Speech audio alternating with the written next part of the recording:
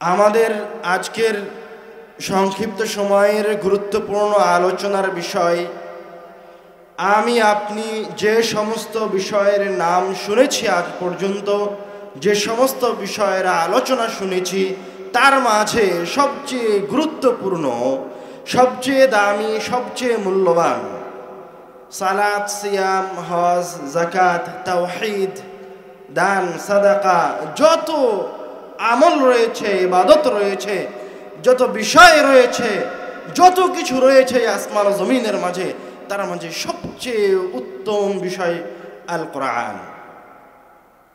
প্রশ্ন, কেন আল কোরআন এগুলো সকল কিছুর চেয়ে উত্তম? প্রথমত, এই আসমান ও জমিনের মাঝে একমাত্র কিতাব যেটি সরাসরি মহান রব্বুল আলামিনের সাথে নিসবতকৃত, তার বাণী, তার কথা। দ্বিতীয়ত, আমরা জানি আল্লাহ রব্বুল আলামিন এই দুনিয়াতে যত কিছু সৃষ্টি করেছেন, তার মাঝে সর্বশ্রেষ্ঠ সৃষ্টি হচ্ছে মানুষ। আর মানুষের মাঝে সবচেয়ে শ্রেষ্ঠ সৃষ্টি হচ্ছে, মানুষের মাঝে সবচেয়ে উত্তম ব্যক্তি হচ্ছে মুহাম্মদ সাল্লাল্লাহু আলাইহি ওয়াসাল্লাম। মুহাম্মদ সাল্লাল্লাহু আলাইহি ওয়াসাল্লামকে, মুহাম্মদ সাল্লাল্লাহু আলাইহি ওয়াসাল্লাম হচ্ছেন যাকে আল্লাহ রাব্বুল আলামিন হাউজে কাউসারের মালিকানা প্রদান করেছেন। মুহাম্মদ সাল্লাল্লাহু আলাইহি ওয়াসাল্লামকে, যাকে আল্লাহ রাব্বুল আলামিন কিয়ামতের দিন শাফাআতের ক্ষমতা প্রদান করেছেন। মুহাম্মদ সাল্লাল্লাহু আলাইহি ওয়াসাল্লামকে, যার উপর সকল নবীগণ, রাসূলগণ ঈমান আনার ওয়াদা করে গেছেন তিনি আসার আগেই। এই যে মুহাম্মদ সাল্লাল্লাহু আলাইহি ওয়াসাল্লামের এত মর্যাদা, এত সম্মান, উনি যে সর্বশ্রেষ্ঠ ব্যক্তি, এটা কেন?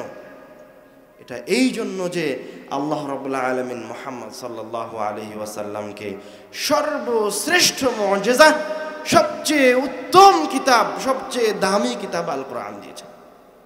সুবহানাল্লাহ। আর আমি আপনি বলি যে আমরা হচ্ছে উম্মতে মুহাম্মাদি, সবচেয়ে শ্রেষ্ঠ উম্মত। সবচেয়ে শ্রেষ্ঠ উম্মত হওয়ার যে সৌভাগ্য আপনি লাভ করেছেন, এটা কেন? কেননা আল্লাহ রাব্বুল আলামিন আমাদেরকে, এই উম্মতকে কোরআনুল কারীমের মতো কিতাব প্রদান করেছেন। আরো সহজ করে বলি, 12 মাসের মাঝে শ্রেষ্ঠ মাস কোনটা? সবচেয়ে দামি মাস কোনটি? রমাদান মাস। মাশাআল্লাহ। রমজান মাসের মাঝে সবচেয়ে দামি দিন হচ্ছে শেষ দশক। আর শেষ দশকের মাঝে সবচেয়ে দামি সময় কোনটি? লাইলাতুল কদর। 12 মাসের ভিতরে সবচেয়ে দামি মাস রমাদান। কেন? কেননা আল্লাহ রাব্বুল আলামিন বলছেন, শাহরু রমাদানাল্লাযী উনজিলা ফীহিল কুরআন। রমজান মাস তো সম্মানিত, মর্যাদাবান এই জন্য যে এই মাসে কোরআন অবতীর্ণ করা হয়েছে। আবার রমজান মাসের মাঝে শেষ দশক সম্মানিত এই জন্য, লাইলাতুল কদর সবচেয়ে শ্রেষ্ঠ রজনী এই জন্য যে এই রাত্রে আল্লাহ রাব্বুল আলামিন কোরআনুল কারীমকে অবতীর্ণ করেছেন। খায়রুম মিন আলফি শাহর। এই একটা রজনী 80 বছর ইবাদতের চেয়ে, এই একটা রজনীতে ইবাদত করা 80 বছর ইবাদতের চেয়ে উত্তম। কেন? কেননা ওই রাত্রিতে কোরআনুল কারীম অবতীর্ণ করা হয়েছে। সুবহানাল্লাহ। এই কথাগুলি কেন বলছি? যেন কোরআনুল কারীমের গুরুত্ব আপনার সামনে ফুটে ওঠে। আপনি যেন এটা না মনে করেন যে সূরা ফাতিহা মুখস্থ করা হয়েছে শুধুমাত্র 5 ওয়াক্ত সালাতে তেলাওয়াত করার জন্য। না, সূরা ফাতিহা শুধু 5 ওয়াক্ত সালাতে তেলাওয়াতের জন্য নয়। নাস, ফালাক, ইখলাস শুধু সালাতেই তেলাওয়াত করতে হবে, এমনি তেলাওয়াত করতে হবে, শুধু তাই নয়, এগুলির আরো অনেক কার্যক্ষমতা রয়েছে। দুঃখের বিষয়, আমার আপনার সূরা ফাতিহা মুখস্থ আছে, কিন্তু সূরা ফাতিহা কি কি করতে পারে তা কি আমাদের জানা আছে? কে বলতে পারবেন সূরা ফাতিহা কি কি করতে পারে? কয়জন মানুষ আছেন? হাত উঠান দেখি। কেউ আছেন? কেউ নাই। অথচ আল্লাহ রাব্বুল আলামিন সীমাহীন শক্তি দিয়ে রেখেছে সূরা ফাতিহার মাঝে। নাস, ফালাক, ইখলাসের মাঝে সীমাহীন শক্তি দিয়ে রেখেছেন। আমার আপনার অসংখ্য প্রয়োজন দুনিয়াবী জীবনের যত প্রয়োজন আছে এবং আখিরাতি জীবনের যত প্রয়োজন আছে এবং বারজাখের যত প্রয়োজন আছে, সব প্রয়োজনের সমাধান আল্লাহ রাব্বুল আলামিন কোরআনুল কারীমের বিভিন্ন সূরাতে রেখেছেন। কিন্তু দুঃখের বিষয় যে দু একটা সূরা আমাদের মুখস্থ আছে, সেগুলি কিভাবে ব্যবহার করব, কিভাবে ওই সূরা থেকে উপকার লাভ করব তা আমাদের জানা নাই। তো আমাদের আলোচনায় এই গুরুত্বপূর্ণ সবচেয়ে দামি মূল্যবান আলোচনায় আমরা কোরআনুল কারীম নিয়ে আলোচনা করব, যার শুরুতেই থাকবে কোরআনুল কারীম নিয়ে সামান্য ধারণা, তারপরে থাকবে কোরআনুল কারীমের বৈশিষ্ট্য, তারপরে থাকবে কোরআনুল কারীমের যে সূরাগুলি আমাদের মুখস্থ আছে, এই সূরাগুলি আমরা আমাদের জীবনের বিভিন্ন সময়ে বিভিন্ন উপায়ে কিভাবে কাজে লাগাবো। তারপরে কোরআনুল কারীমের বিভিন্ন সূরার ফজিলত দিয়ে আমরা আমাদের আলোচনার শেষের দিকে যাব ইনশাআল্লাহ। ওয়া মা তাওফীকি ইল্লা বিল্লাহ। আমরা শুরুতে আসি, আল কোরআন শব্দের অর্থ কি? কেউ বলতে পারবেন আল কোরআন শব্দের অর্থ কি? আমি আপনি মুসলমান কোরআনের মাধ্যমে, আর কোরআন শব্দের অর্থ জানেন না, কি দুঃখজনক, হতাশাবাঞ্জক। আরবি ভাষায় কোনো শব্দের অর্থ জানার জন্য ওই শব্দের মূল অক্ষরের দিকে ফিরে যেতে হয়। তো আমরা দেখব আল্লাহ রাব্বুল আলামিন এই কোরআন শব্দটিকে কোন অক্ষরগুলি থেকে নিয়ে এসেছে এবং কি অর্থে ব্যবহার করেছেন।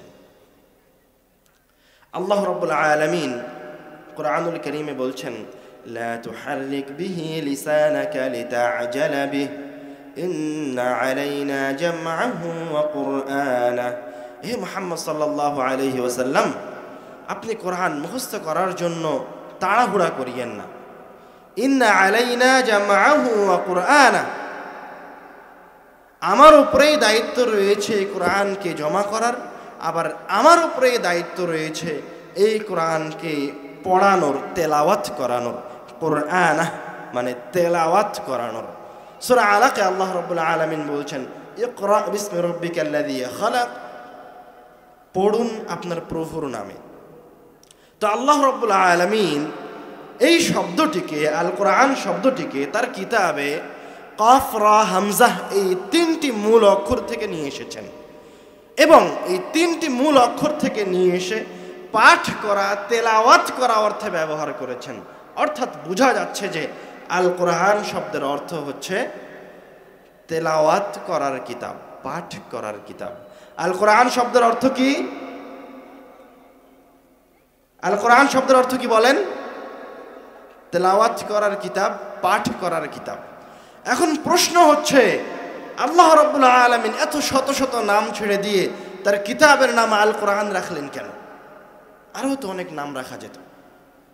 তার অনেকগুলি কারণের মাঝে আমরা যে গুরুত্বপূর্ণ কারণ সবসময় বলে থাকি সেটা হচ্ছে, আল কোরআনুল কারীমে যত ফজিলত রয়েছে, যত উপকার রয়েছে, কেউ যদি কোরআনুল কারীম দিয়ে রোগ থেকে আরোগ্য পেতে চায়, বিপদ থেকে মুক্তি পেতে চায়, শয়তানের ওয়াসওয়াসা থেকে বেঁচে থাকতে চায়, তাহলে তাকে কোরআন তেলাওয়াত করতে হবে, পাঠ করতে হবে।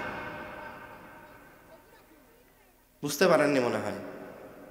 এই যে আমার কাছে এখন আল কোরআন আছে, কিন্তু আল কোরআন এখন আমার বিন্দুমাত্র উপকার করতে পারবে না, সরিষা সমপরিমাণ উপকার করতে পারবে না। এই অবস্থায় কখন উপকার করতে পারবে?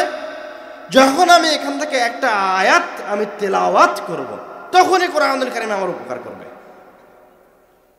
এই জন্য আল্লাহ রাব্বুল আলামিন এই কিতাবের নাম রেখে দিলেন তেলাওয়াত করার কিতাব, অধ্যয়নের কিতাব। কেননা এই কিতাব থেকে যদি আপনি কোনো উপকার পেতে চান, তাহলে তেলাওয়াত করে, অধ্যয়ন করে উপকার নিতে হবে। এই জায়গায় আমরা একটা গুরুত্বপূর্ণ কথায় আসি। যারা এই কিতাবের অক্ষরগুলিকে সংখ্যায় রূপান্তরিত করে তাবিজের মাঝে ঢুকিয়ে বলছে এটা গলায় দিলে, এটা গায়ে বাঁধলে শয়তান কোনো ক্ষতি করতে পারবে না, মানুষ কোনো ক্ষতি করতে পারবে না, এদের এই কথা, এদের এই কাজ হচ্ছে সরাসরি মহান রব্বুল আলামিনের শত শত আয়াতের বিরোধী। এদের এই কথা রাসূল সাল্লাল্লাহু আলাইহি ওয়াসাল্লামের অসংখ্য হাদিসের বিরোধী। বরং যারা এই কথা বলছে যে কোরআনুল কারীমের আয়াত সাথে করে নিয়ে ঘুরলে উপকারে আসবে, তারা আমাদের ক্ষতি করছে। দুইভাবে ক্ষতি করছে। এক, তাবিজ গ্রহণ করার মাধ্যমে কোরআন তেলাওয়াত করা থেকে যে আপনি দূরে সরে আসছেন, এর মাধ্যমে আপনি ধীরে ধীরে আল্লাহ রাব্বুল আলামিনের রহমত থেকে বঞ্চিত হচ্ছেন, হেদায়াত থেকে বঞ্চিত হচ্ছেন। দুই, তাবিজের কারণে আপনি আস্তে আস্তে শিরিকের ভিতরে ঢুকে যাচ্ছেন। এবং সবচেয়ে বড় মাসিয়া আসমান এবং জমিনের মাঝে যেই পাপ কোনোদিন ক্ষমা হওয়ার নাই, সেই পাপের ভিতরে আপনি ঢুকে যাচ্ছেন। আর এই জন্যই আল্লাহ রাব্বুল আলামিন বলছেন, রাসূল সাল্লাল্লাহু আলাইহি ওয়াসাল্লাম তার অসংখ্য হাদিসে বলেছেন, কেউ যদি এই কিতাব থেকে উপকার পেতে চায় তাহলে তাকে এই কিতাব তেলাওয়াত করে উপকার নিতে হবে। অন্য কোনো উপায়ে এই কিতাব থেকে উপকার পাওয়া যাবে না। এবার আসেন আমরা এই কিতাবের কিছু বৈশিষ্ট্যের দিকে আসি। এই কিতাবকে আল্লাহ রাব্বুল আলামিন অসংখ্য বৈশিষ্ট্য প্রদান করেছেন। আল্লাহ রাব্বুল আলামিন কোরআনুল কারীমে বলছেন, ইয়া আইয়ুহান নাস ক্বাদ জাআতকুম মাও'ইযাতুম মির রাব্বিকুম ওয়া শিফাa'উন লিমা ফিস সুদুরি ওয়া হুদান ওয়া রাহমাতুল লিল মুমিনিন। ইয়া আইয়ুহান নাস, এই আয়াতের দিকে লক্ষ্য করেন। আল্লাহ রাব্বুল আলামিন বলছেন যে হে মানব জাতি, আল্লাহ রাব্বুল আলামিন এই জায়গায় এই কথা বলছেন না হে আমার মুমিন বান্দা, আল্লাহ রাব্বুল আলামিন এই কথা বলছেন না হে আরবি, আল্লাহ রাব্বুল আলামিন এই কথা বলছেন না হে রাজা, হে বাদশাহ।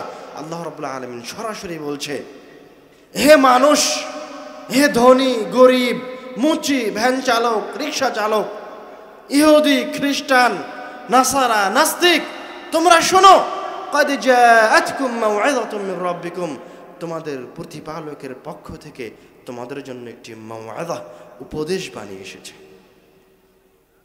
কোরআনুল কারীম কি?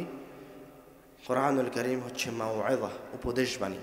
আল্লাহ রাব্বুল আলামিন এই আয়াতে বলছে যে আমাদের কোনো মানুষের, শুধু মুসলমান নয়, যে কোনো মানুষের এই পৃথিবীতে যদি উপদেশের প্রয়োজন হয়, কেউ যদি মনে করে আমি এখন দিগ্ভ্রান্ত হয়ে গেছি, আমি হতাশাগ্রস্ত হয়েছি, আমার একটু নসিহাতের প্রয়োজন, কারো সহযোগিতার প্রয়োজন, তা আল্লাহ রাব্বুল আলামিন বলছেন আমি এই কিতাবকে উপদেশ বাণী করে দিয়েছি, তোমরা এই কিতাবের কাছে আসো, তুমি উপদেশ প্রাপ্ত হবে মহান রাব্বুল আলামিনের কাছে থেকে।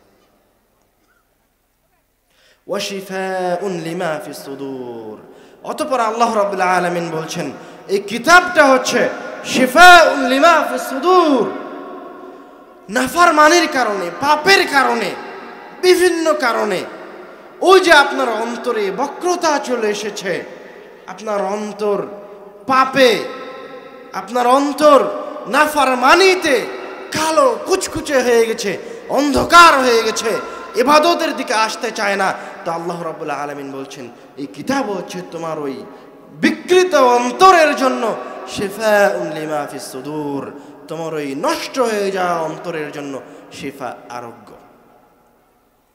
তুমি যদি এই কিতাবের কাছে আসো তাহলে এই কিতাব তোমাকে উপদেশ প্রদান করবে।